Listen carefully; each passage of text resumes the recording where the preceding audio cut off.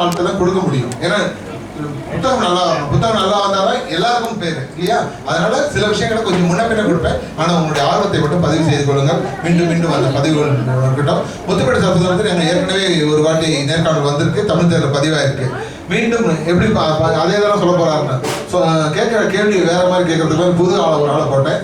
அதை குறுகிய காலத்துல நிறைவாக செய்து கொடுத்த திருமதி உமா பாலாஜி அவங்க எத்தனை மணிக்கெல்லாம் டைப் பண்ணாங்கன்ற விஷயம்லாம் என்னுடைய கம்ப்யூட்டர்ல அங்கே பதிவாயிருக்கு. எத்தனை மணிக்கு அதை அனுப்பிச்சு வைக்கலாம், அன்னைக்கு தூங்கக்கூடாதுன்னா நான் கண்டிஷன் போடுற மாதிரி இருந்துச்சு. சில நேரங்களில் சில விஷயங்கள் அப்படிதான் பண்ணணும். நேற்று எனக்கு தெரிஞ்சு கண் இமை மூடி இருக்க மாட்டார் ஜியா. அது இங்கே உட்கார்ந்துருக்கும் போது அவருடைய கண் உறக்கத்தை நான் பார்க்க முடிஞ்சது. இந்த தியாகங்கள் எல்லாம் தான் தமிழை வளர்க்கிறது. இதெல்லாம் செய்யறதுக்கு இதெல்லாம் எதுக்கு சார் அப்படின்னு கேட்கறவங்களுக்கு எங்க 2 பேர்கிட்ட பதில் இல்லை சார். சரிங்களா? இப்போ அடுத்து நாமினி அவர்கள் வருகிறார்.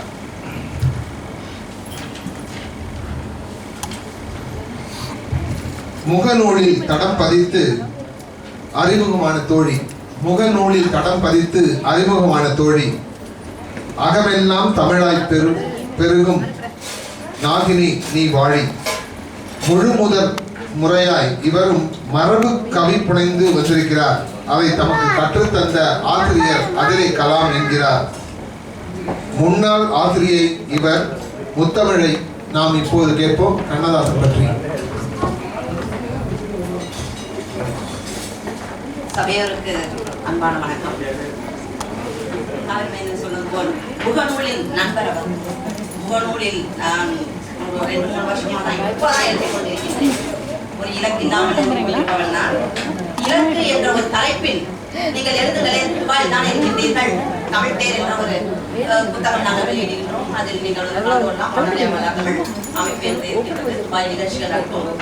இலக்கு என்ற தலைப்பில் எழுதுங்கள் என்று என்னை அழைத்து இன்று அயலகத்தில் இப்படி மேலே ஏற்றி உங்கள் பேசும் வாய்ப்பை ஏற்படுத்திக் கொண்டிருக்கும் இந்த அருமை நண்பர் நன்றி வணக்கத்தை தெரிவித்துக் கொள்கிறேன். அதே போல் ஒரு இலக்கு இல்லாமல் போய் கொண்டிருக்கும் என்ற எழுத்து கட்டாயம் எழுதுங்கள் என்று ஊக்கப்படுத்தி என்னை உற்சாகப்படுத்தி என்று சொல்லிக் கொடுத்துக் கொண்டிருக்கும் மாணவ வளர்த்தமிழ் அமைப்பின் உறுப்பினர் நண்பர் கவியன் கலாம் அவர்கள் வரவில்லை. அவரை மரியாதையுடன் சபையின் முன் வாழ்த்தையும் பாராட்டையும் வணக்கமாக தெரிவித்துக் கொள்வதோடு என் மரபு கவிதை பயணத்தில் முதலாக அச்சில் ஏற்றி தந்த பெருமையும் இந்த தமிழ் தேர் இதற்கு தான் பொருந்துகிறது. அந்த வகையில் தமிழ் தேர் இதனையும் வாழ்த்தி பாராட்டுகளையும் வானரை வளர்ந்த உறுப்பினர்கள் நண்பர்கள் அனைவருக்கும் என்னுடைய மகிழ்ச்சியையும் வாழ்த்துக்களையும் தெரிவித்து என்னுடைய கவியரசரை பற்றி நான் சொல்ல வேண்டிய ஒரு விஷயம் ஒன்றுமில்லை. என் வயதத்தோர்களுக்கு கவியரசரை தவிர வேற யாராவது கவிஞர்களை பிடிக்குமா என்று என்னை போன்றவர்களை பார்த்து கேட்கலாம். ஆனா கவியரசரை பிடிக்குமா, கவியரசர் பாடல்கள் உங்களுக்கு பிடிக்குமா என்று என்னை பார்த்து எனக்கு கேட்டால் அது மிக பெரும் தவறுதான். அந்த அளவு கவியரசர் என்பவர் எனக்கு மிகவும் பிடித்த உயிரோடு உணர்வோடு கலந்த ஒரு பாடகர் அவர். இலக்கிய அமைப்பாளர் அவர். அவர் தொட்டு பார்க்காத ஒரு வழிகளே இல்லை, அவர் காட்டாத ஒரு கருத்துக்களே இல்லை. தத்துவ பாடகர் அவர். இருந்தாலும் காதலும் ஆன்மீகமும் என்று கலந்து அனைத்து பார்வையிலும் அவரை தாண்டி கணம் பதித்து எல்லோர் நெஞ்சங்கள் இணைந்திருக்கின்ற கவியரசர் கண்ணதாசனின் 1000 பல ஆயிரம் ஆனால் 1000 பார்வையிலே என்ற அந்த அவருடைய காதல் பாடல் தான். இருந்தால் அந்த காதல் பாடலிலும் அவர் தத்துவத்தை கலந்து தந்தவர். அந்த 1000 பார்வையிலே என்ற அந்த தலைப்பையே தலைப்பாக கொண்டு என்ற மரபு கவிதையை முதலாக இந்த மேடையில் அரங்கேற்றுகிறேன். 1000 பார்வையிலே இந்த பாடல் மா காய் என்ற வாய்ப்பாட்டில் அமைந்த அரசியல் விருத்தமாக அமைந்த பாட்டு. கண்ணா கருமை நிற 1000 பார்வையிலே கண்ணா கருமை நிறத்தவளன கானம் பாடும் என்று மண்ணே வியந்த கண்ணதாசன் மயக்கும் வித்தை கவிஞர் அவர். பண்ணாய் விதைத்த கருத்துக்களை பாரோர் மனதில் பதித்திட்டால் பின்னாய் உயரும் குணம் அதுவே விளவும் சொல்லாய் ஒளிர்ந்திடுமே.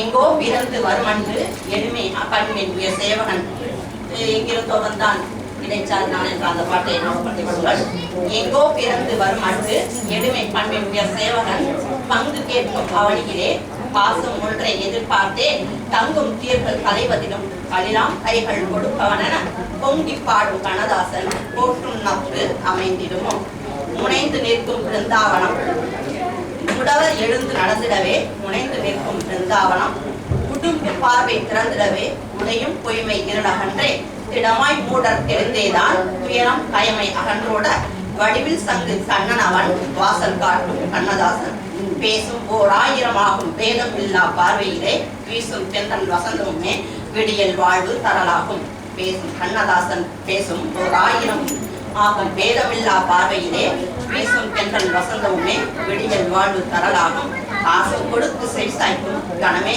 இந்த படமும் தான் பூசும் பாடல் வரிகளும் தான் உடைய கவிஞர் மீண்டும் வருவாரோ.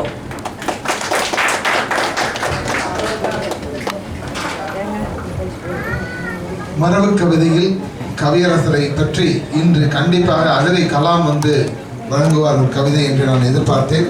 அந்த குறை நீக்குவதற்காகவே தன்னிடம் ஒரு மாணவியை அவர் வந்து தயார்படுத்தியிருக்கிறார். அந்த குறை நீக்கி ஒரு மரபு கவிதை இந்த அரங்கிலே பதிவு செய்த நாகினி அவர்களுக்கு மனமார்ந்த நன்றி. அடுத்து வருகின்றார் அதிரை மைசா. அண்மையில் வந்து இவர் அமைப்பினிலே சேர்ந்தாலும் அருகினிலே இருப்பது போல் ஒரு நெருக்கம் தருகின்றார். சமுதாய அவலங்கள் சாக்காடு இவை களைய சரிநிகராய் போராட வளைப்பூவில் பதிகின்றார். வானலையில் புதிய வரவில் வளர்த்தமிழை வரவேற்போம். அதிரை மைசா இப்போது கவிதர வருகின்றார். அனைவருக்கும் இன்றைய பொழுது இனிய பொழுதாக மலர இறைவனை பிரார்த்தித்தவனாய் வானலை வளர்ந்தவில் இந்த மாதம் இந்த உலகை விட்டு மறைந்தாலும் ஒவ்வொரு தமிழர்கள் உள்ளத்தை விட்டு மறையாத மகாகவி பாரதி போல மகா கவிஞர் கண்ணதாசனை நினைவு கூறும் வகையில் அவரது பாடலிலிருந்து தலைப்பாய் கேட்டுள்ளார்கள். அதன்படி என்னுடைய பாடும் படத்திலிருந்து என்னை யாரென்று எண்ணி எண்ணி நீ பார்க்கிறாய் என்ற பாடலின் தலைப்பில் என்னுடைய கவிதையை பதிந்துள்ளேன். தன்னை ஒரு நிலம் எண்ணிப்பார், உன்னை கவர்ந்த ஒவ்வொன்றும் உனக்கெதிராய் சாட்சி சொல்லும். மண்ணை கவும் மனிதர் நாம், மறுமை வாழ்வை மனதில் வை. மாய வாழ்வில் சிக்கொண்டு தன்னை அறியா நிலையினிலே தவறிவிடாதே வளையினிலே. வெற்றி என்றும் நிச்சயம், வென்றிடுவல அவமானம். அவமானம் ஒரு மூலதனம், அக்கட்டுரையில் உண்புகள் ஆணித்தனம். செட்டி நாட்டிலிருந்து எழுத்து கனவுடன் சென்னை வந்த கவிஞன் என்றோம். இன்றும் செவிக்கு விருந்தாய் உன் பாடல் சபித்த வாயிலும் முழுக்கிறதே. எத்தனை எத்தனை தத்துவங்கள், எண்ண முடியாத முத்துக்கள், அத்தனையும் உனது சிந்தனையிலே ஆழமாய் பதிந்தது விந்தை என்றோம். பட்டி தொட்டி எல்லாம் உன் பாட்டு